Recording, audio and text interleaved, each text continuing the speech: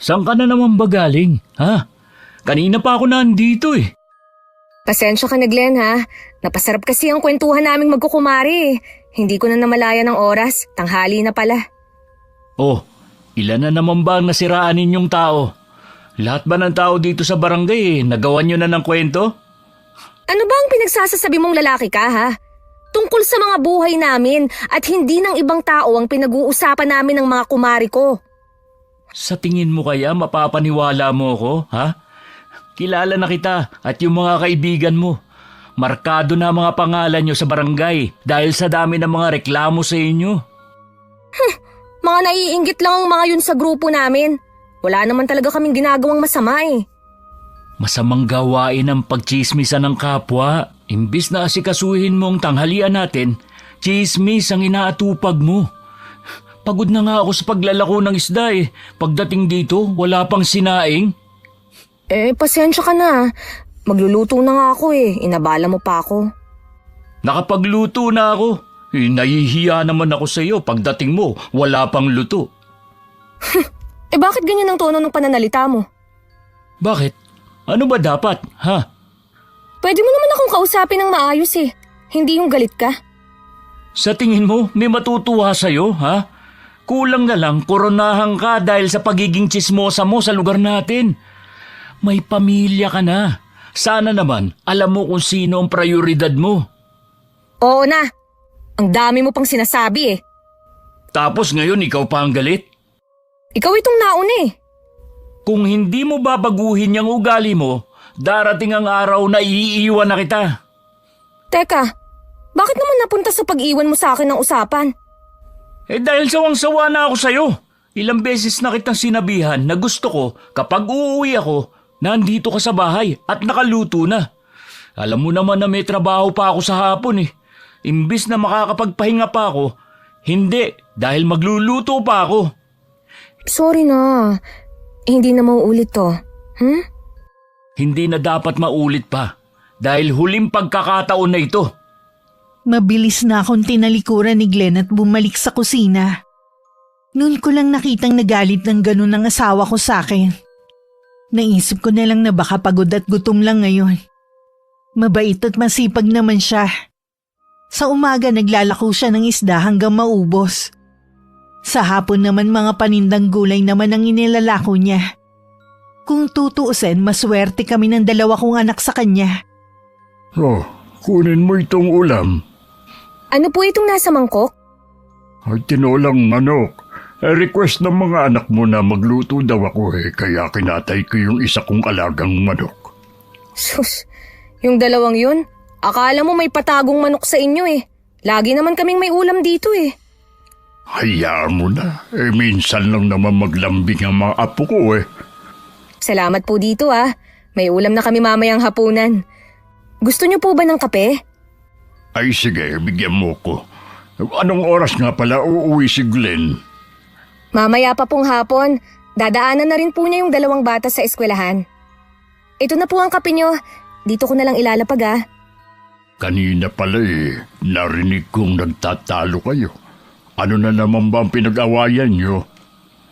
Kanina po kasi, nauna siyang dumating dito sa bahay. Wala pang sinaing. Nawili po kasi akong makipagkwentuhan eh. Ay, alam mo naman kasing pagod ang asawa mo tapos ikaw inuuna mo pa ang pakikipagchismisan sa ibang tao. Ay, hindi naman po lagi. Tapos napunta pa sa usapan na iiwan daw niya ako kung hindi ako magbabago. Hindi man lang niya inisip ang mga anak namin. Uy, baka nasabi lang niya yun para tumigil ka na sa ginagawa mo. Ay, hindi naman talaga magandang pag-usapan ang buhay ng ibang tao. Huwag kasi silang gumawa ng issue na pwedeng pag-usapan. Ay, sila pa talagang sinisi mo. Akala mo naman wala kang bahong tinatago. Wala naman po talaga silang pwedeng ibato sa akin eh. Asikasuhin mo na lang ang pamilya mo kaysa ubusin mong pakikipagkwentuhan mo sa mga kapwa mo nanay. Wala naman silang maidudulot na mabuti sa iyo kundi kapahamakan lang. Baka mamaya makahanap pa kayo ng katapat nyo. Mag-iingat naman po kami na hindi mahuli na pinag-uusapan ang buhay ng iba. Ang tigas din naman ng ulo mo. Baka nga mainis na sa iyo ang asawa mo at iwan ka na lang basta. Paano ang mga anak nyo? Ang babaw naman ni Glenn kung dahil lang doon kaya niya ako iiwan. Hindi naman ako pabayang asawa at ina ng mga anak namin. Nag-aalala lang naman si Glenn na baka maireklamo na naman kayo ng mga kapwa mo nanay sa barangay. Bigyan mo naman sana ng kahihiyan ng mga anak mo. Kung magsalita naman kayo, akala niyo napakasama ko na. Masama talaga ang pagiging chismosa. Chismosa talaga, Tay. Bakit? Di ba mga chismosa naman ang tawag sa inyo? Si Tatay talaga. Dalawa na kami ng asawa mo nagpapaalala sa'yo. Sana naman makinig ka sa amin. Opo, Tay. Maiwan na muna kita. Pupunta lang muna ako kina Nelson. Salamat nga pala sa kape. Hindi ko maiwasang mainis nang sabihan ako ng chismosa ni Itay. Hindi niya kasi naiintindihan na libangan ko lang ang pakikipagkwentuhan. Madalas kasi naiinip ako dito sa bahay, lalo na mag-isa lang ako naiiwan. Dati naman hindi ako mahilig makisali sa usapan tungkol sa ibang tao. Pero dahil sa impluwensya ng mga kapwa ko nanay, natuto na rin ako makisali. May ginagawa ka ba, Glenn? Ay, kayo pala, Tay. Nagpapatunaw lang po ng kinain. Katatapos lang po kasi ng hapunan eh. Ang mabuti pa samahan mo kong uminom. Naku, wala po ako sa kondisyon ngayon eh. At saka maaga rin po kasi ako maglalako bukas. Minsan lang naman ako magyaya sa'yo Kaya wag mo na akong tanggihan. May lambanog ako rito. Bigay sa akin ng kumpare ko. Hintayin mo ako rito Kukunin ko lang. Magdadala na rin ako ng pulutan natin. Walang nagawa ang asawa ko kundi ang mapakamot na lang sa ulo. Hindi nagtagal bumalik na rin ang Itay na dala ang bote ng lambanog at mangkok ng pulutan. Maupo ka na riyan. Uubusin po ba natin yan? Baka malasing po tayo. Ano naman? Nandito lang naman tayo sa bakuran natin. Kahit gumapang pa tayo pa walang problema. Nariyan lang ang bahay natin. Sige na nga po. Minsan lang naman malasing Matagal na rin kasi nung huli tayong uminom. Masyado ka naman kasing masipag Kailangan po Lalo't lumalaki na mga bata. Napakaswerte talaga ng anak ko sa'yo. Ganon din naman po ako sa kanya. Maalaga po at mapagmahal ang anak nyo. Hindi naman lingid sa akin na minsan nag-aaway kayo. Naiintindihan naman kita sa dahilan mo. Ganyan din kasi kami nung buhay pa ang asawa ko. Na mayapa ko kasing asawa nagmanay ang si Tinay. Ayoko lang po kasi na dahil sa pakikipagchismisan mapapahamak siya. Matindi na nga yung nakasama siya na inireklamo noon kahit hindi naman siya mismo nagpakalat ng kwento. Sinabihan ko na nga siya pero talagang matigas ang ulo. Kaya ikaw na lang ang bahalang magpasensya sa kanya, Mahaba naman po ang pasensya ko Kaso lang po, minsan nauubos din. Lalo na po pag uuwi ako ng bahay na wala siya. Ito lang ang masasabi ko. Hindi ko kukonsentihin ang ginagawa niyang si Tinay. Kahit anak ko pa siya. Kaya nga po nagpapasalamat ako sa inyo Dahil hindi kayo nangingialam kapag nag-aaway kami. Kahit katabi lang po namin ang bahay niyo. Siyempre naman. Away mag-asawa yan Tay, maiba nga pala ako. Kanina po kasi napadaan ako sa lumang bahay ni Mang Jose. Nakita ko may nag-aawan. Babalik na po ba dyan ang pamilya? Palibhasa kasi puro katrabaho kaya wala kang alam sa nangyayari sa paligid mo. Iba na ang may-ari ng bahay na yon. Sino na po nakabili? Walang nakakakilala Basta sabi, sa isang linggong lipat dyan. Akala ko pa naman babalik na ang pamilya ni Mang Jose. Ang bait pa naman ng pamilyang yun. Mula po nung nagsimula akong maglako ng isda sila ang una kong naging suki. Dahil lang sa kumalat na chismis, may muntik ng masirang pamilya. Kaya nga siguro na mas pinili na lang nilang magpakalayo-layo para umiwas na lang. Ganun na nga. Nabawasan tuloy ng mabuting residente ang lugar natin. Hindi sinasadyang narinig ko ang pinag-uusapan ng asawa ko at ni Itay tungkol sa dating bahay ni Mang Jose. Nabalitaan ko nga na iba na ang may-ari ng bahay nila. Hanggang na mga oras na yun wala pa rin nakakaalam kung sino. Tingin ko mamaya pa matatapos ang inuman ng dalawa. Nahiga na lang ulit ako at natulog. Tinanghali ka yata ng gising ngayon. Anong oras ba kayo natapos sa pag-inom nyo ni Itay? 12 pasado na yata yun. Ang sakit nga ng ulo ko eh. Makakapaglako ka ba ng isda ngayong araw? Oo naman, sayang eh. Iinuman ko na lang to ng gamot. Kung hindi mo kaya, pwede ka namang magpahinga muna. Kahit araw ng linggo nagtitinda ka pa rin. Nangihinayang kasi ako sa kita eh. Tsaka hahanapin ako ng mga suki ko, lalo na sa mga papasok na baryo. Sige na nga, ikaw na ang bahala. O siya, kumain ka na muna ng almusal para may lakas ka sa paglalako. Hindi ka ba sasabay sa akin? Sa mga bata na lang ako sasabay mamaya. Masyado pang maaga eh. Siya nga pala, may bagong lilipat dito sa lugar natin. Alam ko na yan. Dun sa dating bahay ni Mang Jose. Baka naman pagpiestahan na naman ninyong magkakaibigan ha. Hindi nyo kilala mga taong yun. Baka mamaya sila pa ang makatapat nyo. Pinangunahan mo na naman ang mangyayari. Hindi pa nga sila dumarating dito eh. Kilala kasi kita na pasimuno din.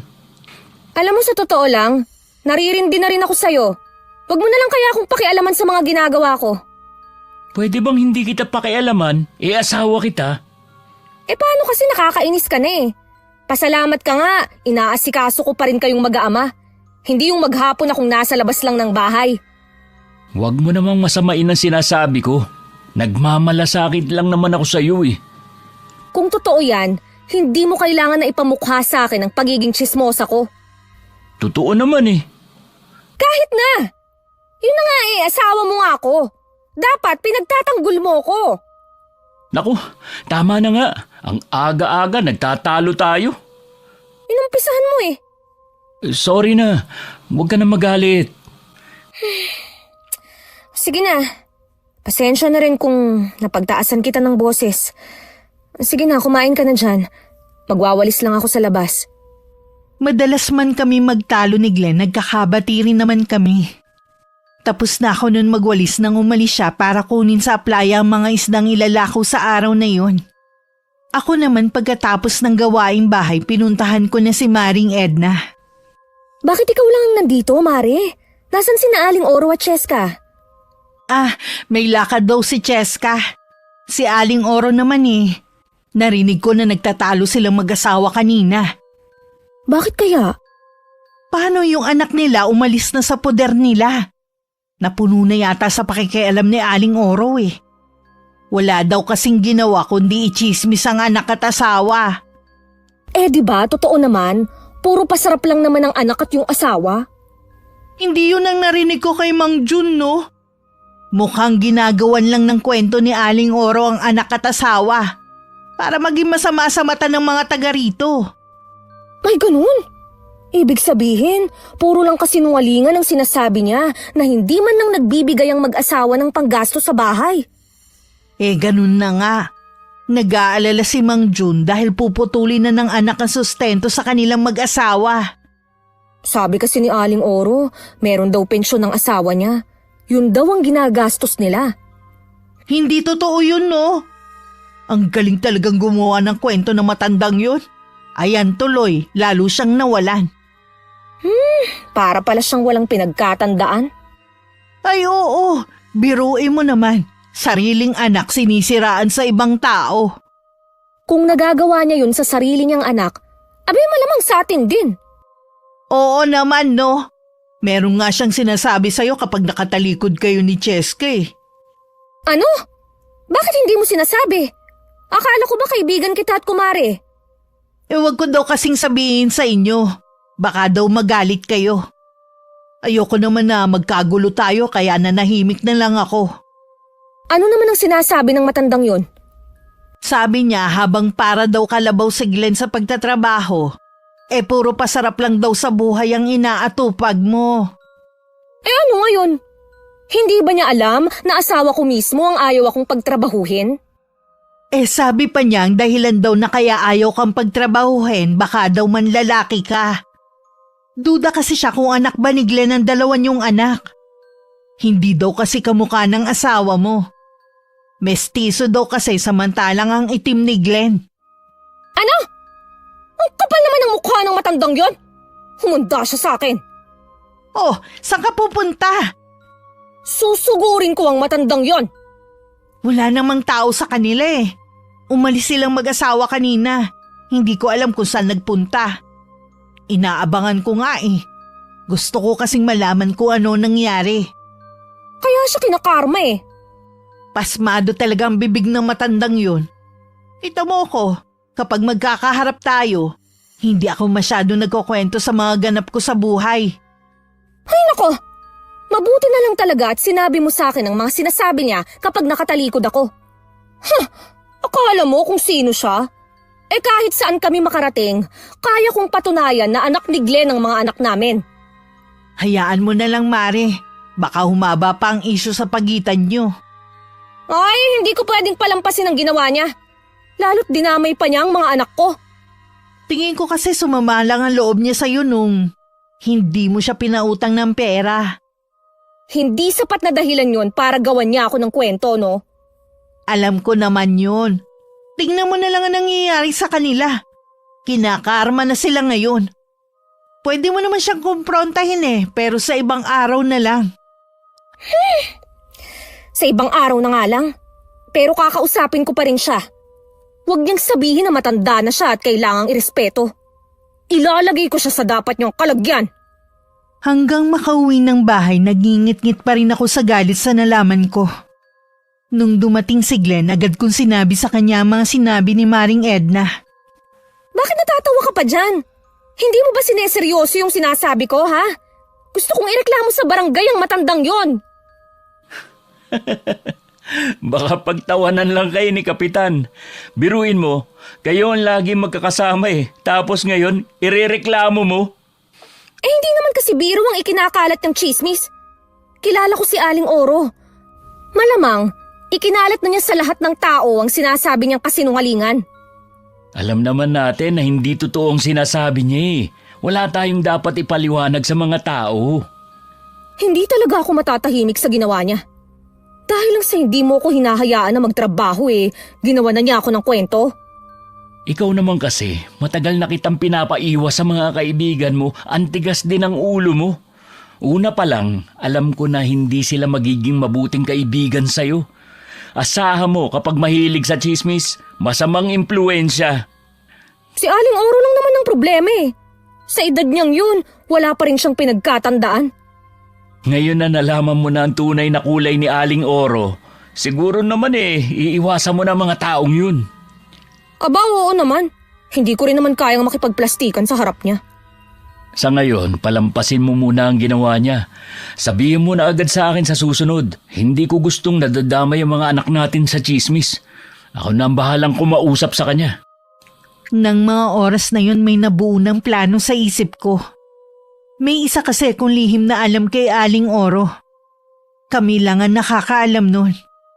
Para makaganti sa ginawa niya, ipapakalat ko rin yun dito sa lugar namin. Hindi rin napigilan ni Glenn na ikwento kay Itay ang mga napag-usapan namin nang minsan siyang dumalaw sa amin. Yan ang nga sinasabi ko eh. Pati mga apo kong nananahimik, nadamay na rin. Nainis din po ako sa ginawa ni Aling Oro. Hindi ko na lang pinahalata kay Tinay. Ayoko na kasing gatungan ng galit niya eh. Pero sa susunod, hindi ko na po talaga palalampasin yun. Yung si Oro, tandem talaga sila ng asawa ko pagdating sa chismisa noong araw. Dalaga pa yun eh. Nuknuka na talaga ng chismosa. Mga kwento pa nun nakakabuhay ng patay. Ayaw pa namang magpatalo. Pati nga sariling anak, ginawa ng kwento eh. Nabanggit nga po yan ni Tinay. May ganun palang magulang. Matindi talaga yang si Oro. Imbis na magbago, mas lalo pang lumala ang pagiging chismosa. Siguro naman po, madadala na si Tinay makipagkaibigan sa mga yun. Bantayan mo nga pala yung asawa mo, baka kung anong gawin niya para makaganti. Ano naman po kaya ang gagawin ni Tinay? Kilala ko kasi ang asawa mo. Hindi yun papayag na hindi makaganti. Wala pa naman sa kanya ang mata-matanda. Sinabihan ko na po siya na palampasin na muna. Ako na kako ang bahalang kumausap kapag naulit pa yun. Mabuti sana kung makinig siya sa iyo. Makikinig naman po siguro siya dahil para naman yun sa kapakanan ng mga anak namin. Walang kamalay-malay ang asawa ko at ang itay na ipinakalat ko na ang sikreto ni Aling Oro. Nang mga sumunod na araw, nakarating na rin sa kanilang dalawang chismis na yon. Ako agad ang pinaghinalaan ni Glenn. Ikaw ba nagpakalat ng chismis tungkol kay Aling Oro? Ano? Yung tungkol sa pagkakaroon niya ng karelasyon na 23 anyos? Ay, hindi ah. Anong malay ko dun? Huwag mo nang ipagkaila pa. Alam kong ikaw lang ang gagawa nun. Di ba sabi ko naman sa'yo, palampasin mo na lang muna ang ginawa niya. Gumanti ka pa talaga. Hindi ko palalampasin ang ginawa niyang yun. Pati ang mga anak ko na nananahimik idinamay niya. Tama lang sa kanya ang inabot niyang kahihiyan. Alam mo ba na muntik nang mapatay si Aling Oro ng asawa niya? Hinabol siya ng itak. Mabuti na lang nakatakbo siya sa kapitbahay. Hindi pa siya natuluyan. Para mawala ng chismosa dito sa lugar natin. Pare-pareho lang naman kayong chismosa ng mga kananay mo eh. At least ako, hindi ako nandadamay ng inosenteng bata. Sa tingin mo kaya, kapag nalaman niyang ikaw ang nagpakalat ng chismis, titigilan ka niya? Gaganti rin siya, sigurado sa'yo. Wala nang katapusang gantihan na mangyayari. Hindi niya malalaman. Dahil sigurado ako, marami siyang pinagsabihan. Tsaka hindi ako aamin. Nakikiusap ako sa'yo, tumigil ka na. Iwasan mo na ang pakikipagchismisan. Wala nga may dudulot na maganda yan sa buhay natin. Hay nako, kung alam mo lang, halos hindi na ako naglalabas ng bahay. Hindi mo kasi alam dahil lagi kang wala.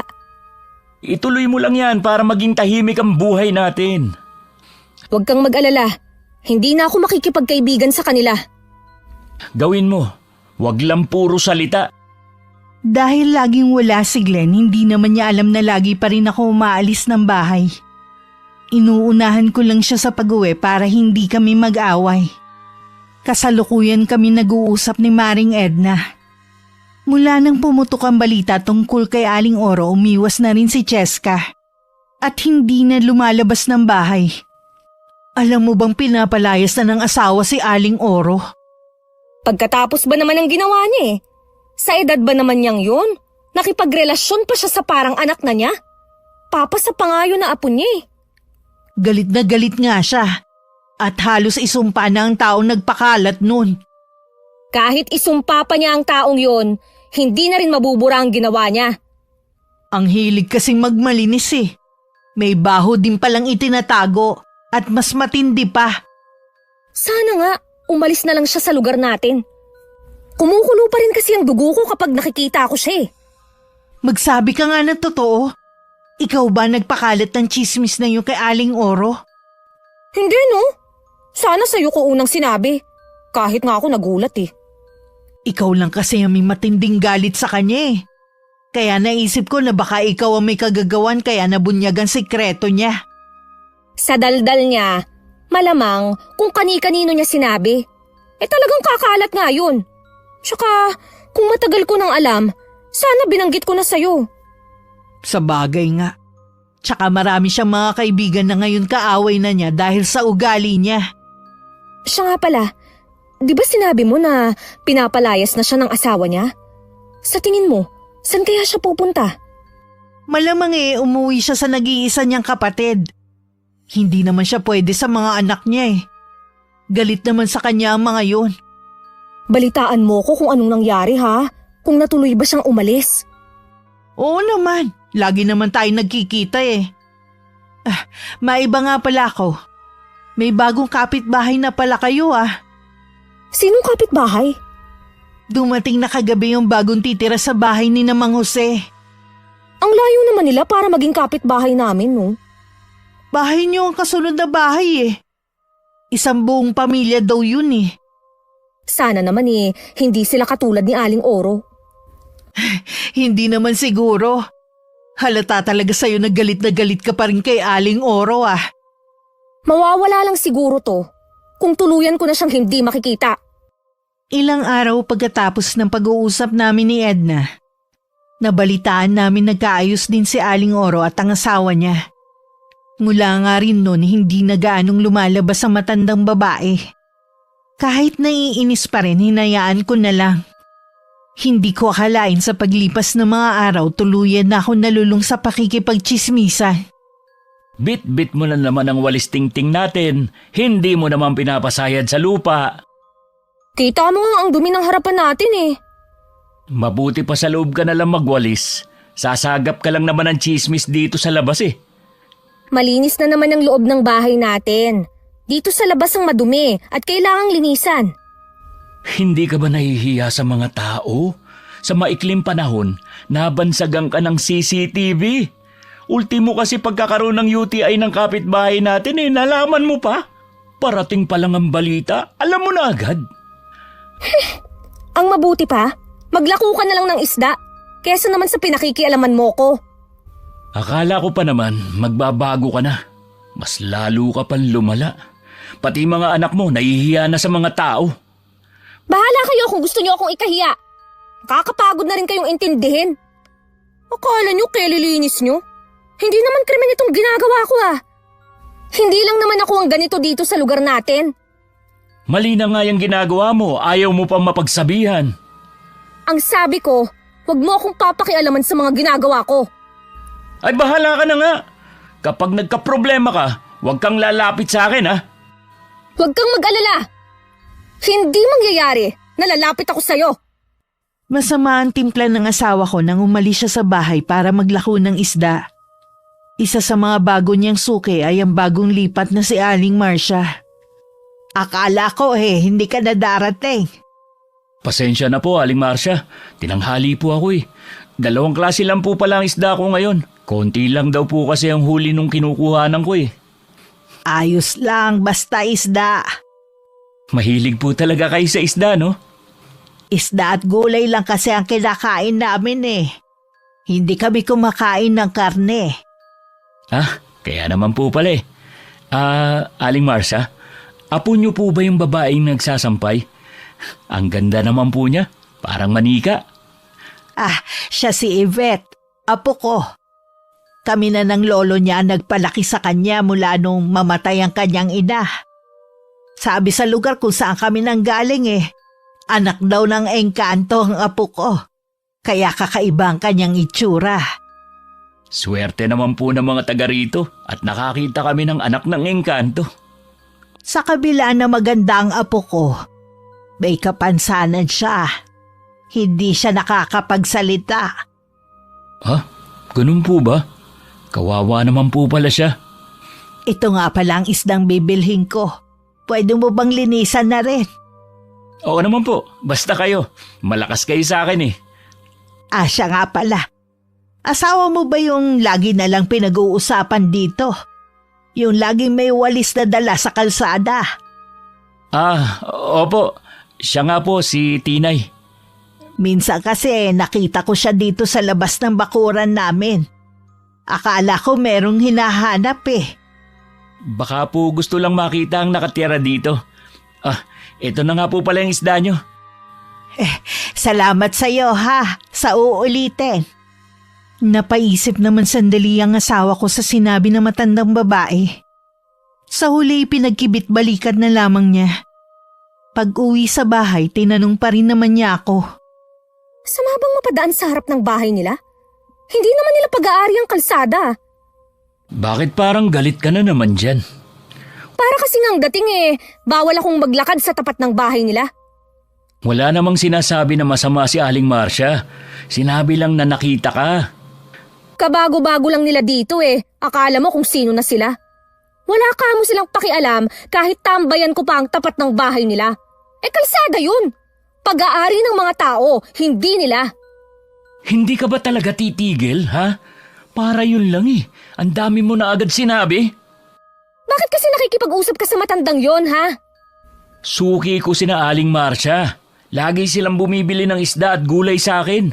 Nagpapasalamat nga sila sa akin dahil hindi na daw nila kailangan pumunta ng palengke para bumili ng ulam. Ewan ko ba? Hindi maganda ang kutob ko sa pamilyang yun. Kahit ang mga taga rito, nahihiwagaan sa pagdating nila. Ikaw lang ang nag-iisip ng ganyan. Araw-araw bumibili sa akin si Aling Marcia.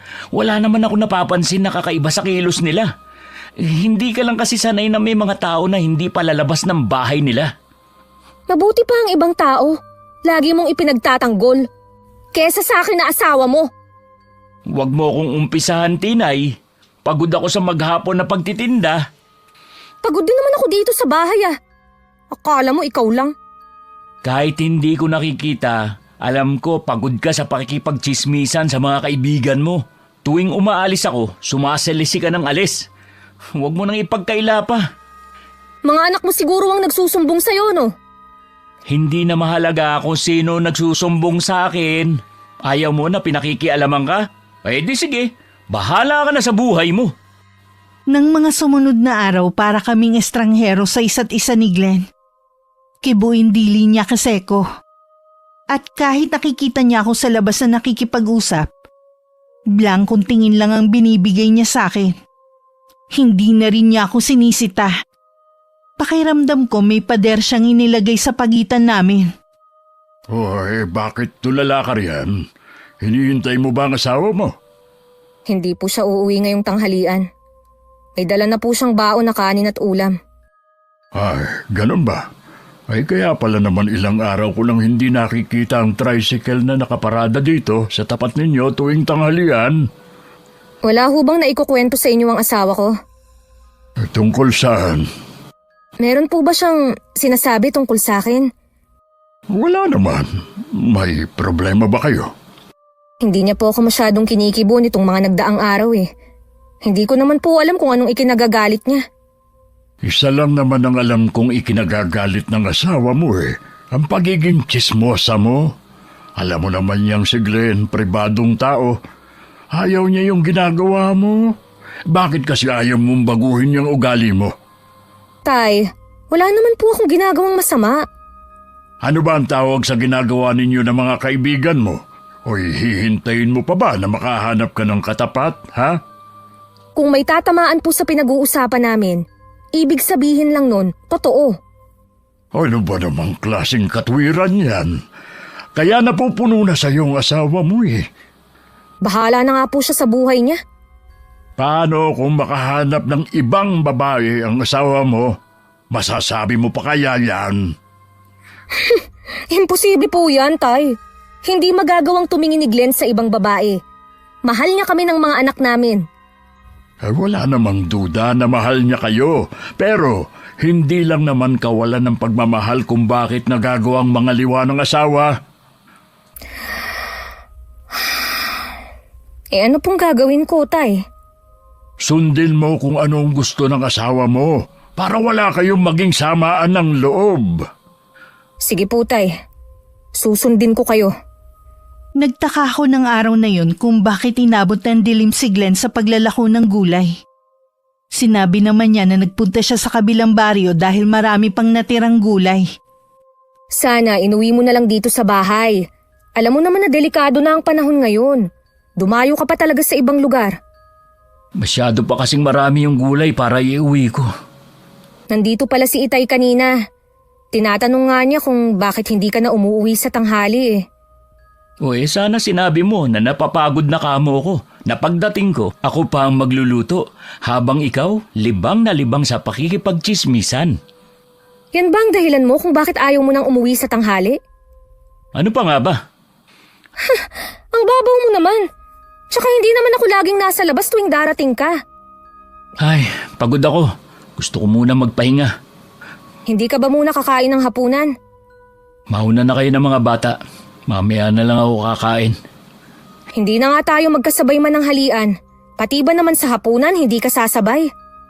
Hindi rin kasi ako makakain kung pagod ako. Ikaw kaya ang lumagay sa katayuan ko. Sige na. Magpahinga ka na lang muna. Kaming tatlo lang ng mga bata ang naghapunan. Kahit masarap ang ulam, hindi rin naman ako makakain. Nang mga sumunod na araw, mas madalang na kami mag-usap ni Glenn. Lagi na rin gabi siya umuwi. Hindi na rin ako nagtatanong dahil lagi mainit ang ulo niya. Isang araw may dumating na sumpina sa amin. Inirereklamo kami ni Maring Edna ng paninirang puri. Anong gagawin natin, Mari? Mabuti na nga lang, wala na si Glenn nung dumating yung tanod na nagdala ng sabina sa bahay. Asawa ko nga nakatanggap nung sa akin eh. Galit na galit siya sa akin. Wala na nga daw akong silbi sa bahay na to, puro problema pa ang binibigay ko. Nakakainis naman kasi ang mag-inang yun eh. Bakit pa kasi kailangang magreklamo ni Aling Ina? Todo dinay pa sila eh. Totoo naman na buntis ang anak niya. Sabi niya sa akin hindi raw totoo. Kahit daw kasama pa tayo kapag pumunta sila ng doktor. Nagsisinungaling lang siya para pagtakpan ng anak niya. Hindi na nga ako nakipagtalo eh. Dahil itinatanggi ko na sa atin galing ang kumakalat na balita tungkol sa anak niya. Eh teka nga lang, sigurado ka ba kasi sa impormasyon na nakuha mo? Ikaw ang nagsabi na nabuntis ng boyfriend ng anak niya eh. Alalahanin mo, minor de edad yung bata. Pareho tayong mananagot pag nagkataon. Alam ko naman yun eh. Pero sigurado talaga ako sa narinig ko. Sa mismong bibig ni Aling Ina ko narinig na 2 buwang buntis na ang anak niya. Hindi kaya pinainan ka lang niya dahil alam niyang nakikinig ka? Alam mong galit sa atin ang babaeng yun. Kampi kasi yun kay Aling Oro. Hindi ko na alam ang iisipin. Pupunta ka ba sa barangay? Naku, hindi no. Ngayon na nag-aaway na kami mag-asawa, tinatablan na rin ako ng hiya. Bahala ka kung sisipot ka. Basta ako hindi. Magsasawa din yung si Aling Ina. Ang inaalala ko kasi si Glenn. 2 linggo na kasi kaming hindi nagkikibuan eh. Baka kapag nalaman niya to, lalo nang magkalamat ang relasyon namin. Eh, kausapin na lang kaya natin si Aling Ina na wag nang ituloy ang reklamo sa atin. Ay nako, hindi ako makikipag-usap doon. Wala naman masama kung lulunukin mo ang pride mo eh. Ikaw to nagkamali eh. Nadamay lang naman ako. Bahala na. Uuwi na muna ako. Sumasakit kasi ang ulo ko eh. Mabuti na lang hindi nalaman ni Glenn at Itayan tungkol sa sumpina. Hindi rin kami sumipot ng araw na yun sa barangay. Wala akong kamalay-malay na inabangan pala ni Aling Ina ang asawa ko habang naglalako ng isda. Sinabi niya rito ang mga ginawa ko sa anak niya. Tinay! Totoo ba ang sinasabi ni Aling Ina, ha? Ano bang sinabi sa'yo ng babaeng yon? Hindi ka daw sumipot sa barangay kahapon. Inireklamo ka daw niya dahil sa paninirang puri na ginagawa mo sa anak niya. Hindi totoo ang sinasabi niya. Huwag ka na magsinungaling. Pati ang batang walang kamuwang-muwang, idinamay mo. Ano ba nangyayari sa'yo, ha? Hayaan mo muna akong magpaliwanag, Glenn. Ano ba yung papaliwanag mo? Hindi ka na talaga magbabago. Likas na sa'yo manira ng ibang tao. Totoo naman na buntis ang anak niya eh. Kung totoo man yan, labas ka na sa kanila. Wala ka nang pakialam sa kanila. Bakit ba hindi mo mapigilan na makisawsaw sa buhay ng iba? Sorry na, Glenn. Hindi ko kasi alam na aabot sa ganito ang ginawa ko eh. Ayaw mo kasing makinig sa akin eh. Gusto mo pang paabutin sa ganito. Ikaw ang gumawa ng problema. Lahat kami damay, pati mga anak mo. Masyado ka kasing makasarili. Aminado naman ako sa nagawa kong kasalanan. Huwag mo naman ako lalo pang idiin. Ang tigas kasi ng ulo mo eh. Kami na lang ng itay mo ang hindi nagsasawa sa pagsasabi sa'yo. Eh talaga yatang nananalaytay sa ugat mo ang pagiging tsismosa. Kung makapagsalita ka naman, parang hindi ko kayang magbago. Bakit? Sa tingin mo magbabago ka pa? Matagal na akong sumuko na hindi mo na kayang baguhin yung sarili mo. Kaya ba hindi mo na ako kinakausap nitong mga huling araw? Oo, total, wala namang halaga ang boses ko sa bahay na to. Bakit pa tayo mag-uusap? Ibig bang sabihin yan? Wala akong makukuhang suporta sa'yo kapag nagkaharap kami ni Aling Ina? Hindi mo man lang ako sasamahan? Hindi. Isama mo si Edna na partner mo sa paninira sa ibang tao. Naging asawa pa kita. Kung hindi mo rin lang ako tutulungan. Wala na akong pakialam pa sa'yo. Di ba yun naman ang gusto mo? Huwag kang pakialaman. Eh di bahala ka sa problema mo. Glenn! Glenn, wag ka munang umalis! Mag-usap muna tayo! Glenn! Glenn! Wala akong nagawa kundi tanawin na lang si Glenn habang palabas ng bahay namin. Sumakay siya sa tricycle niya at pinaharurot yun paalis. Hindi rin siya bumalik nung gabing yun. Kahit nung kinabukasan.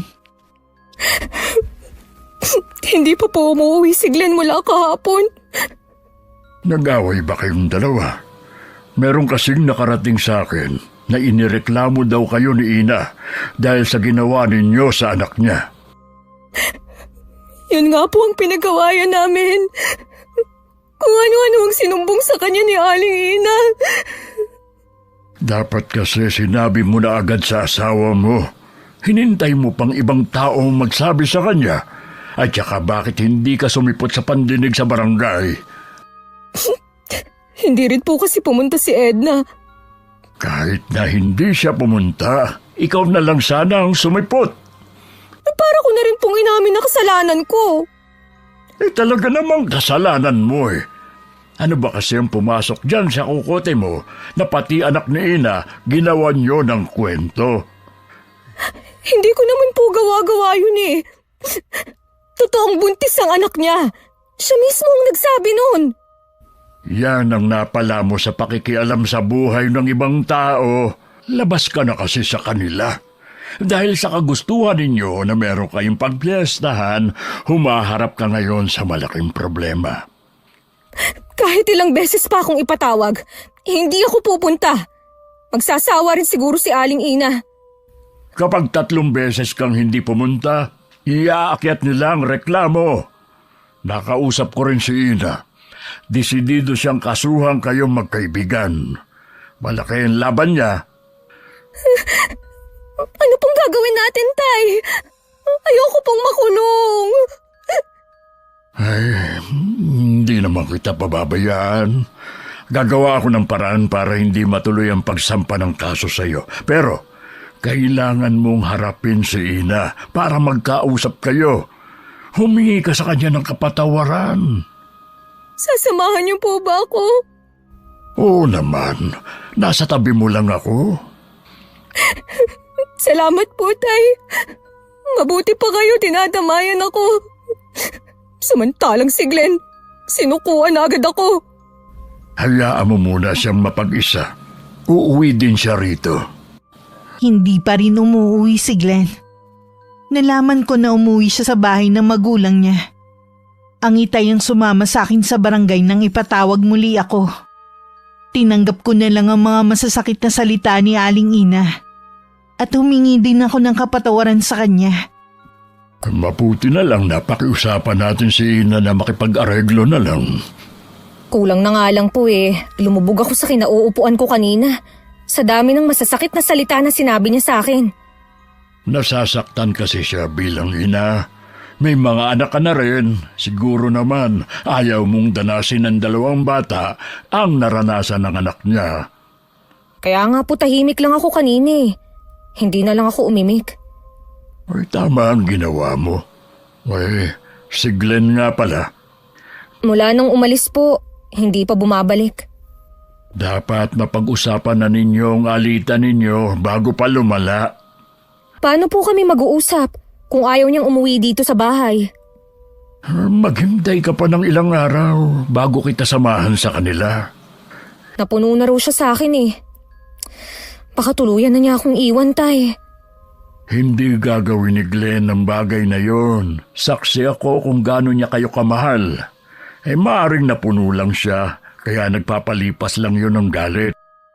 Hindi po kaya may ibang babae si Glenn? Di sana nakarating na agad sa'yo. Ikaw pa bang hindi makakaalam kung sakalin meron ng babae ang asawa mo? Kung ano-ano na tuloy ang pumapasok sa isip ko. Bakit pa kasi ayaw pa niyang umuwi? Ay siguro naman sa nangyaring gulo at pag-aaway ninyo ng asawa mo, nadala ka na. Hindi lang po ako nadala. Natuto na rin po ako. Mabuti naman kung ganon. O paano? Sa kabila lang ako. Kung may kailangan ka, ipatawag mo na lang ako sa mga apo ko. Sige po, Tay. Salamat po ulit. Mula nang umalis si Glenn, hindi na katulad ng dati ang bahay namin. Ramdam namin mag-iina ang lungkot. Para hindi ako mag-isip ng kung ano-ano, pinuntahan ko na lang si Maring Edna. Matagal na rin palang hindi umuwi sa inyo ang asawa mo. Gusto ko na sana siyang puntahan sa kanila eh. Ang kaso, nauunahan ako ng hiya. Ayoko sana mag-isip ng masama ha. Baka naman kasi dahilan na lang niya ang ginawa mo para makipaghiwalay. Malay mo may ibang babae ang asawa mo. Naisip ko na yan. Pero mahal kami ni Glenn. Hindi niya magagawang magloko. Galit lang talaga siya sa ginawa ko. Alam kong mahirap tanggapin pero ihanda mo pa rin ang sarili mo.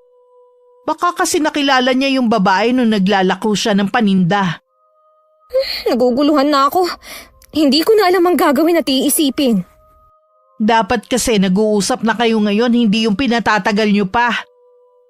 Sabi naman ng itay, sasamahan niya ako sa bahay ni Glenn sa susunod na mga araw kapag hindi pa siya umuwi.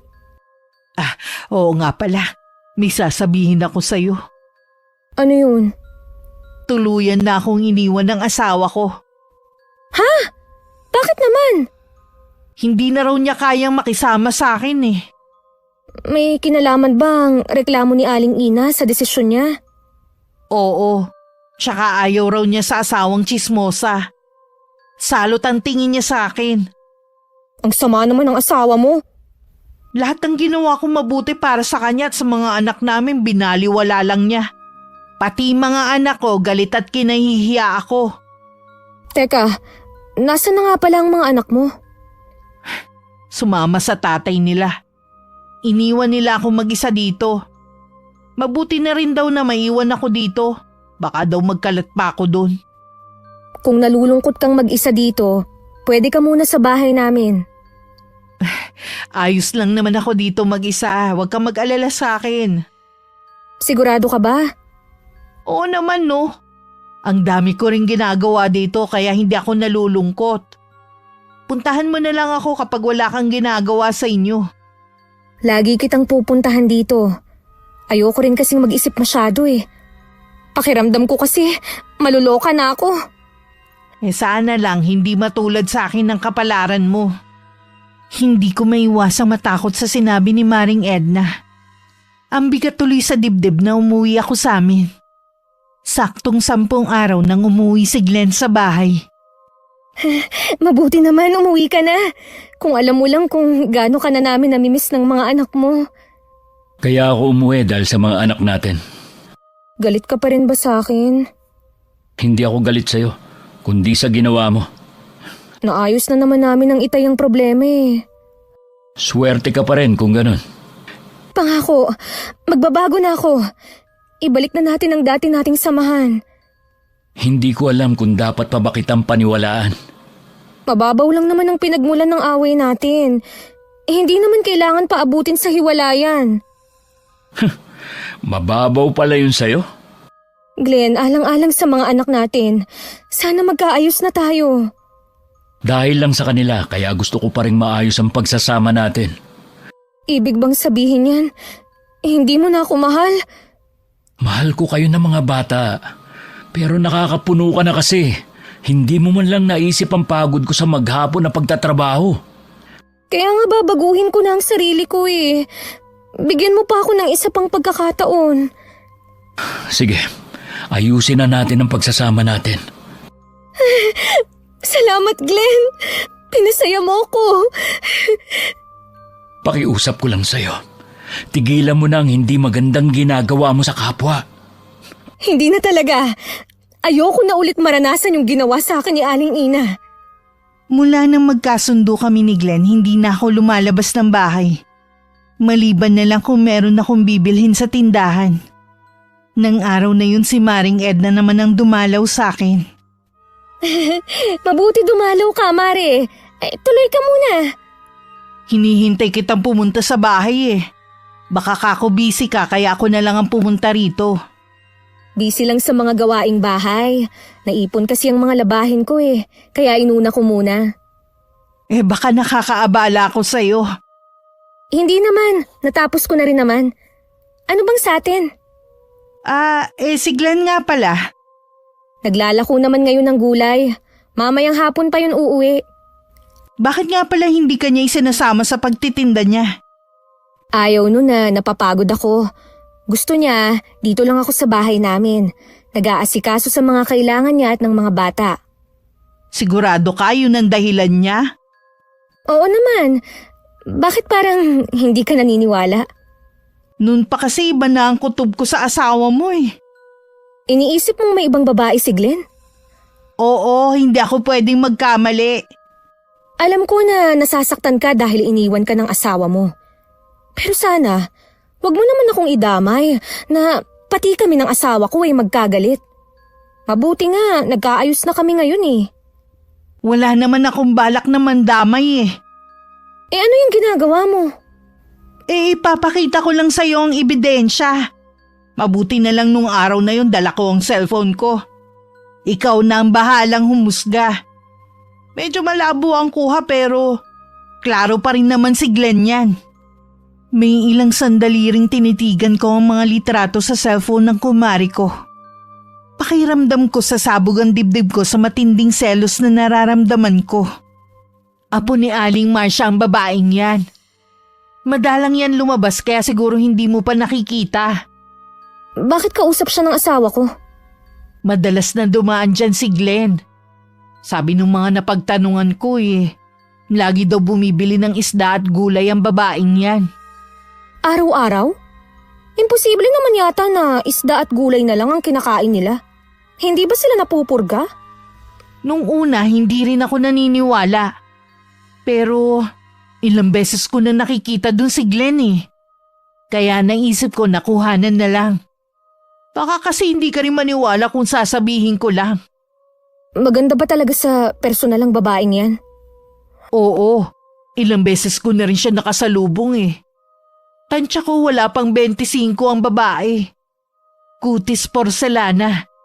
Maliit ang mukha na parang manika ang itsura. Siguro matagal na silang may relasyon.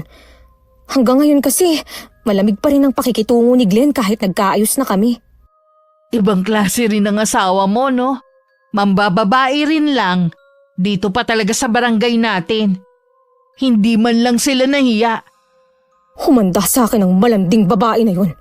Imposible naman na hindi niya alam na may asawa si Glenn. Dapat pati asawa mo pagsabihan mo rin. Oo naman. Ang kapal ng mukha niya na tingnan ng mga mali kong ginagawa. Mas masahol pa pala siya sa akin. Basta, nandito lang ako kung kailangan mo ng tulong ha. Uuwi na muna ako baka biglang dumating si Glenn dito. At abutan ako. Sige, salamat at sinabi mo sa akin. Nanginginig pa rin ang katawan ko dahil sa nararamdaman kong galit. Pagdating ni Glenn, hindi na ako nakapagpigil at sinampal ko siya. Bakas naman sa kanya ang pagkabigla. Aray, bakit mo ako sinampal? Anong ginawa ko? Nagtatanong ka pa? Kailan mo pa ako niloloko, ha? Hindi ko alam ang sinasabi mo. Linawin mo nga. Huwag mo nang itanggi! Alam kong may babae ka! Ano? Sino naman ang nagsabi niyan? May ebidensya ako! Ito! Tingnan mo yan! Hindi ba siya ang dayo dito sa atin? Ano? Magkakaila ka pa? Para ito lang? Ebidensya na bang matatawag to? Parang nag-uusap lang kami rito Binigyan lang ng mali siya ng sino man ang kumuha ng litrato na yan. May ebidensya na nga, nagkakaila pa! Kung gusto kong mambabae, sana noon pa. Kung kailan dalawa na ang anak natin, tsaka ako pa ba yun iisipin? Pagbabayaran nyo ng malaki ang ginawa nyo ito sa akin! Huwag kang gagawa ng katangahan. Baka ikaw din ang magsisi bandang huli. Kayo ng babae mo ang magsisisi at hindi ako!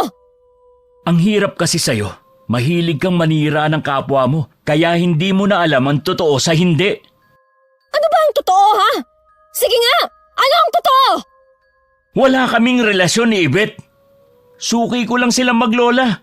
May sakit nun ang lola niya kaya siyang lumalabas para kunin ang isda at gulay na lagi nilang binibili. May nakapagsabi sa akin Na araw-araw ka daw dumadaan doon. Ano? Puro isda at gulay lang ang alam nilang kainin. Hindi ba sila napupurga nun?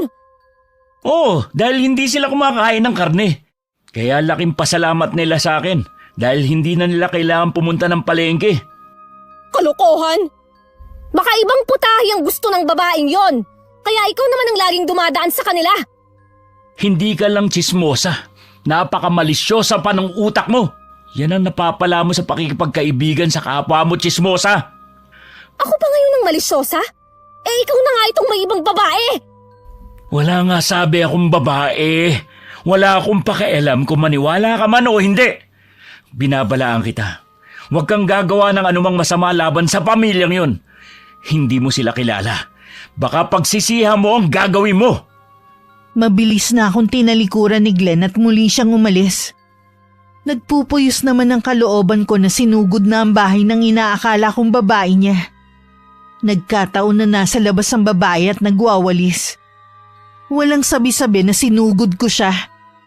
Isang matandang babae naman ang umawat sa amin. At niyakap pa ang babaeng umiiyak. Anong karapatan mo para saktan ang apo ko? Malandi ang apo mo! Nilalandi niya ang asawa ko! Dapat dyan kinakalbo! Huwag mong makantimulin ni dulo ng daliri ng apo ko. Dahil ako ang makakalaban mo. Kaya pala ang lakas gumawa ng kalokohan ng apo mo dahil kinukonsinti mo. Wala ba kayong kahihiyan na maglola, ha? Ikaw ang walang kahihiyan. Basta ka nalang sumusugod dito. Kahit sino naman isusuguri ng babaeng yan. Sa dami ng lalaki, asawa ko pa talaga. Wala ka na bang ibang makalabet, ha? Dahan-dahan ka sa sinasabi mo. Walang ginagawang masama ang apo ko. Talaga lang, ha? Mukha lang inosente yung babaeng yan. Pero mas makati pa siya sa isang higa. Hindi lang sampal ang aabutin mo sa akin. Wala kang karapatang pagsalitaan na masasakit ang apo ko. Ang kapal ng mukha mo para sampalin akong matanda ka. Wala kang karapatan na saktan ako. Gaya ng wala ka ring karapatan na sugurin at insultuhin ang apo ko. Totoo naman ang sinasabi ko, ah. Makati ang apo mo. Bakit hindi ka sumagot dyan? Babae ka, ha? Magsalita ka. Huwag ka lang umiyak dyan na parang nagpapaawa. Umalis ka na sa bakuran namin. Bago pa ako makagawa ng isang bagay na pagsisisihan mo. Huwag mo akong pinagbabantaan tanda. Dayo lang kayo rito. Ako, lehitimong taga rito. Kung ako sa inyo, mag-alsa balutan na kayo at saka lumayas! Kung umasta ka, kala mo pag-aari mo ang lugar na to. Hindi mo ko kilala, babae. Pero ikaw kilalang kilala ko. Halika na, apo, sa loob ng bahay. Binigyan ko pa sila ng matalim na tingin hanggang makapasok. Noon ko lang din napansin na marami na palang tao sa paligid na nakikiusyoso. Napakunot-noo ko dahil ni isa sa kanila wala akong kilala. Bigla tuloy ako napaisip kung gano'n na ba karami ang dayo sa lugar namin. Galit din na mababanaag sa mga mata nila kaya nagmadali na akong umalis. Nakarating naman kay Glenn ang ginawa ko. Puro na lang ba kahihiyan ang bibigay mo sa akin, ha? Ikaw ang nagbigay ng kahihiyan sa pamilya natin at hindi ako. Sinabi ko naman sa'yo na hindi ko babae si Yvette. Hindi ako naniniwala sa'yo. Hindi nga niya ipinagkailang paratang ko sa kanya, eh. Dahil lang sa hindi siya nagsalita, yun na agad ang tingin mo. Hindi pa ako tapos sa babaeng yun at sa'yo. Anong gagawin mo? Sisiraan mo sarili mong asawa, ha? Sige, gawin mo.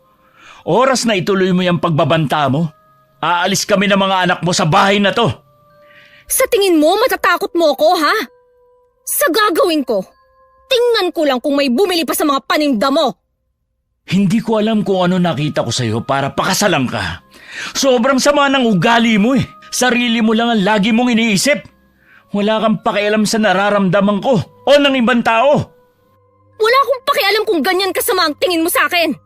Basta ako, gaganti sa ginawa mong pananakit sa damdamin ko. Gawin mo na kung anong gusto mong gawin. Hindi rin naman kita mapipigilan eh. Sa tulong ni Maring Edna at mga kapwa ko nanay, pinagkalat nila ang tungkol sa panluloko sa akin ni Glenn at nang inaakala kong babae niya. Dahil doon naging masama ang tingin ng mga tao sa asawa ko. Naging matumal ang benta niya. Hanggang naisip niyang tumigil na lang. Salamat po sa inyo. Sa maikling panahon po naging suki ko kayo. Huling araw ko na po kasi ng paglalako ngayon. Bakit ka naman titigil sa pagtitinda? Dahil ba sa ginawa ng asawa mo na pagkakalat ng tsismis sa inyo ng apo ko? Nahihiya nga po ako sa inyo Ako lang po ang humihingi ng paumanhin sa mga ginagawa ni Tinay. Nadala lang po siya ng matinding galit. Nalulungkot ako dahil labis ka rin naaapektuhan. Sana matauhan ng asawa mo bago mahuli ang lahat. Sa tingin ko po, hindi na siya matatauhan. Ugali na talaga niya yun Nahihiya lang ako dahil pati apo ninyo nadamay pa. Apektado nga ang apo ko. Lagi siyang umiiyak at halos hindi makakain. Hindi sanay ang apo ko sa ganitong klaseng problema. Kaya talagang labis siyang naaapektuhan. Patawarin niyo po ako. Pakisabi din po kay Yvette, huwag naman po niyang pabayaan ang sarili niya. Wala ka namang kasalanan Kung alam lang ng asawa mo kung gaano siya kaswerte sa iyo. Bihira na ang katulad mo. Paano po? Aalis na po ako. Ipapaubos ko lang po sa ibang lugar ang paninda ko. Hindi ko po kasi maibenta dito dahil ang sama ng tingin sa akin ng mga tao. Hangad ko na magtagumpay ka sa buhay. Maraming salamat po, Aling Marcia. Patawarin mo ko, Glenn. Sumusobra ng asawa mo. Kailangan ko siyang turuan ng leksyon. Naabutan ni Aling Marcia na umiiyak na naman sa kanyang kwarto ang apong si Yvette. Tumayo ka riyan, apo. Tulungan mo kong ayusin ang mga gamit ko. Magsasagawa ako ng orasyon para turuan ng leksyon ng isang tao. Ilang araw ko na napapansin na lagi lang sa bahay si Glenn. Nang hindi na ako makatiis, tinanong ko na siya. Sira ba ang tricycle mo? Hindi ka kasi naglalako ng isda at gulay Hindi sira ang tricycle. Huminto na ako sa pagtitinda. Ha? Bakit naman? Kung kailan may bayarin tayo sa eskwelahan dumating na rin yung bill ng kuryente at tubig. Wala na ba natira sa ibinigay ko sa'yo? Binili ko na ng bigas at grocery dito sa bahay. Konti na lang ang natira.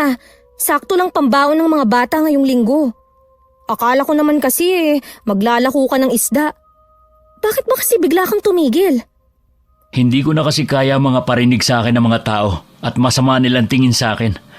Para bang ang sama-sama akong tao? Kasalanan nyo yan ng babae mo. Yan ang karma sa inyo. Yung ba ang tingin mo? Kaya siniraan mo kami at ginawa ng kwento? Hanggang ngayon ba? Hindi ka pa rin aamin, ha? Yung babae mo nga, para na rin siyang umamin dahil hindi man lang niya ipinagtanggol ang sarili niya. Puro lola niya lang ang dumidepensa sa kanya. Natural, ipagtatanggol siya ng lola niya. Hindi naman niya kayang ipagtanggol ang sarili niya dahil may kapansanan siya. Hindi siya nakakapagsalita. Ganun na si Yvette nung ipinanganak. Ano ka mo? Hindi siya nakakapagsalita. Nagbibiro ka ba? 3 beses ko lang siya nakaharap. Hinaamin ko na natutuwa ako sa kanya dahil kamukha siya ng namatay kong kapatid. Hindi mo ba naaalala? May pagkakahawig sila, gaya ng kapatid ko. Sinasabi din na kaya ganun ang itsura ni Yvette dahil anak siya ng engkanto. Oo nga. Ngayon ko lang naisip na kamukha siya ng kapatid mong si Eliza. Magkasing edad din silang dalawa. Pati siya apektado sa ginawa mo. Marami ka ng taong sinaktan. Kaya sana tama na. Glenn, teka lang. Glenn, huwag ka munang umalis. Ay, nagkamali nga yata ako.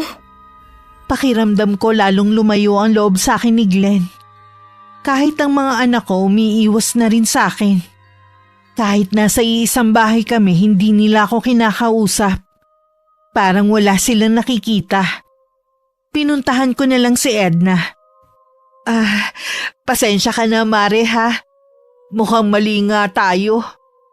Nasira na ang pamilya ko dahil sa akin. Pwede mo naman sigurong kausapin si Glenn. Magpakumbaba ka na lang. Kumukuha lang ako ng tiyempo. Kakausapin ko naman talaga siya ulit eh. Paano yan kung hindi na naglalako si Glenn? Saan kayo kumukuha ng panggastos nyo? Si tatay muna ang bumibili ng mga kailangan namin. Hindi ko nga alam kung ano ang plano ni Glenn eh. Hindi ko naman kasi alam na maaapektuhan pati pagtitinda niya. Tiningnan ko nga ulit yung mga litrato eh. Bigla ko naalala kaya pala siguro puro senyas yung babae. Hindi pala siya nakakapagsalita. Kailangan ko rin sigurong humingi ng dispensa sa maglola. Samahan mo naman ako. Oo ba? Kailan mo babalak pumunta doon? Sa ibang araw na lang siguro. Medyo masama kasi ang pakiramdam ko ngayon eh. Namumula nga ang mukha mo. Tsaka, ano yung butlig na pula sa balat mo? Hindi ko nga rin alam eh. Kanina wala naman ito. Ang mabuti pa, ipa-check up mo yan sa center. Baka kasi kung ano na yan. Uso kasi ngayon ang bulutong eh. Sa tanda ko ba namang ito eh, tatablan pa ba ako ng bulutong? Malay mo naman. Hindi ba Makate? Hindi naman. Pakiramdam ko lang eh, mainit ang loob ng katawan ko. Gusto mo bang samahan kita ngayon sa center? Bukas na lang siguro. Hapon eh, baka sarado na rin yun. Uuwi na muna ako sa bahay. Pagdating sa bahay, wala ang mag-aama ko at ang tricycle sa harap ng bahay namin. Ang itay lang ang naroon at parang hinihintay ako. Kung kailan naman hapon na, tsaka pa umalis ang mga yun. Sinabi po ba kung anong oras sila babalik? Hindi na sila babalik, anak. Ha? Ano pong ibig niyong sabihin? Tuluyan ka nang iniwan ng mag-aama mo. Nagpaalam naman sila sa akin. Doon muna sila sa bahay ng mga magulang ni Glenn. Pero bakit? Noon pa, nagsabi na ang asawa mo. Naiintindihan ko naman siya. Dapat nga siya lang ang aalis. Kaya lang gustong sumama ng 2 bata. Sa tingin ko naman, hindi sila pababayaan ni Glenn. Hindi man lang siya nakipag-usap sa akin. Pwede naman namin ayusin ang problema eh. Umaasa pa rin ako na magkakaayos kayo. Bigyan lang natin ng panahon na makapag-isip-isip ang asawa mo. Hindi ko po kaya na mawawala sila sa akin. Sumobra ka na rin kasi sa ginawa mo eh. Sinabihan na kita ng paulit-ulit. Kung kailan kailangan ko siya, tsaka naman niya ako iniwan. Nandito naman ako para alalayan ka. Sa akin ka ipinagbili ni Glenn. Masama po kasi ang pakiramdam ko, Itay. Mainit ang katawan mo ha. Mabuti pa magpahinga ka muna at uminom ka rin ng gamot. Ito na po yata ang karma ko. Iniwan na ako ng mag-aama ko. Mag-isa na lang ako ngayon. Babalik din ako ngayon. Ito, inumin mo muna para gumaan ang pakiramdam mo. Imbis na bumuti ang lagay ko, lalo pang lumala. Pakiramdam ko rin merong mga tinik sa loob ng lalamunan ko. Nahihirapan akong lumunok. Kahit ang pag-inom ng tubig ay hindi ko magawa. Tay, dalhin niyo na kaya ako sa ospital. Sa tingin ko'y hindi doktor ang magpapagaling sa'yo. Ano po ang ibig niyong sabihin? Palagay ko'y kinukulam ka. Sino naman ang gagawa nito sa akin? Sino pa ba sa tingin mo? Ang maglola siguro. Sila lang ang naiisip ko eh. Minsan binanggit sa akin ni Glenn na naabutan daw niyang may lalaking nanggaling doon. Inaakusahan si Aling Marcia na kinulam ang asawa. Hindi naman daw yun ikinaila nung matanda. Kaya siguro sabi ni Glenn, baka pagsisihan ko ang gagawin ko. Dito ka lang. Pupunta ako sa bahay ni na Aling Marcia. Sasama po ako sa inyo. Nanghihina ka pa. Baka mapano ka pa sa daan. Sige na po, Tay. Sasama na ako. Kahit mahirap. Ay, sige na nga. Mag-aarkila na lang tayo ng tricycle. Gusto ko lang po na ako mismo ang ihihingi ng paumanhin sa kanilang maglola. Naiintindihan kita, anak. Alam ko naman na nagsisisi ka na ngayon. Pagpunta namin sa bahay ni na Aling Marcia, tanging katiwala lang ang nandun. Sabi nito hindi niya alam kung kailan ang balik ng maglola. Ano po ang gagawin natin ngayon? Baka hindi na ako gumaling. Huwag kang mawalan ng pag-asa. Gagaling ka rin. Sinabi ko na rin kay Glenn ang nangyari sa'yo. Siya na daw ang bahalang makipag-usap sa maglola. Alam naman po pala niya ang nangyari sa akin. Bakit hindi pa sila bumabalik dito? Sa pagkakaalam ko may trabaho na kasi si Glenn sa malayong lugar. Kung dito siya uuwi, baka mahirapan siya. Hindi man lang niya ako matawagan. Sa tingin ko, kailangan mo maging matatag alang-alang sa mga anak mo. Kalimutan mo muna si Glenn. Alam kong wala nang balak makipagbalikan pa si Glenn sa akin. Siguro nga, may iba na siyang babae. Tiniyak niyang wala siyang babae. Sadyang napuno lang talaga siya sa iyo. Mas gusto daw muna niyang pagtuunan ng pansin ang trabaho at ang mga anak ninyo. 1 linggo bago pa ako tuluyang gumaling. Nagising na lang ako isang umaga na hindi na masakit ang lalamunan ko. At nawala na rin ang parang bulutong sa balat ko. Ay, salamat naman at gumaling ka na. Sobra ng pag-aalala ko. Nakausap niyo po ba si Glenn? Oo, nabanggit nga niya na nakausap na niya si Aling Marcia. Gusto ko pa rin pong pumunta sa bahay ng maglola para magpasalamat at makahingi ng dispensa. Sasamahan kita kapag nariyan na sila sa kanila. Akala ko, sa mga kakilala ko lang maririnig ang nangyari sa akin. Hindi ko akalain na ako mismo ang makakaranas nito. Wala talaga kasing buti ang tsismis. Marami na itong sinirang pagkakaibigan, samahan at pamilya. Kaya sana naman, iwasan mo na ang gawain na minsan nang nagpahamak sa iyo. Opo, Tay. Balak ko rin pong maghanap ng trabaho para dun lang matuon ang atensyon ko. Habang hinihintay kong bumalik ang mag-aama ko. Yan ang pinakamaganda mong sinabi sa akin. Nang malaman kong bumalik na ang maglola, agad ko silang pinuntahan sa kanilang bahay. Humingi ako ng kapatawaran at tinanggap naman nila yon. 1 taon na ako may trabaho noon na magkabalikan kami ng asawa ko. Mula nang mangyari ang karanasan na yun, tinalikuran ko na ang dating gawain. Tinoon ko na lang sa Panginoon, sa pamilya, at sa trabaho ang panahon ko. Wakas. Okay, shoutout po tayo. Shoutout sa Dakanay family from Baguio.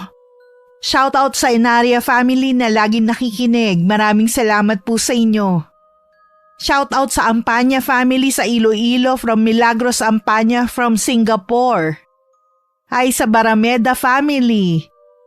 Hi kay Frederick Natividad from Dubai. Hello kay Salnero Haner from Tiwi. Salamat din sa Colarina family.